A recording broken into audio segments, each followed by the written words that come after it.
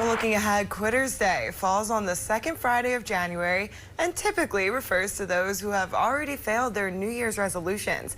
But the Minnesota Department of Health is changing the meaning into something positive. They sure are, as tomorrow is the third annual Minnesota Quitters Day, which is a campaign urging Minnesotans to keep quitting commercial tobacco.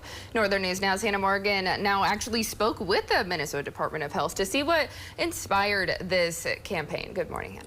Good morning, guys. That's right. So the phrase "easier said than done" is the Department of Health's new slogan for the campaign.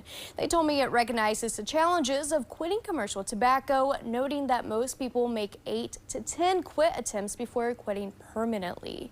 To help eliminate the stigma associated with making multiple attempts to quit commercial tobacco, the state has a free program called Quit Partner that is free to anyone here in Minnesota.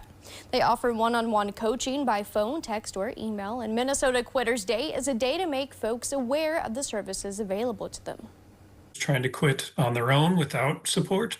Unfortunately, they're only likely to quit about 3% of the time. But if you've got that science-backed professional support like you can get through Quit Partner, you're much more likely to quit successfully.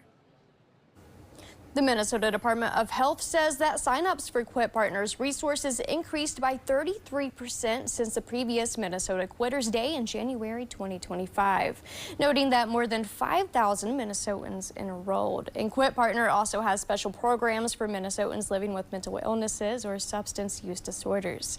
Reporting live in studio, I'm Hannah Morgan, Northern News Now.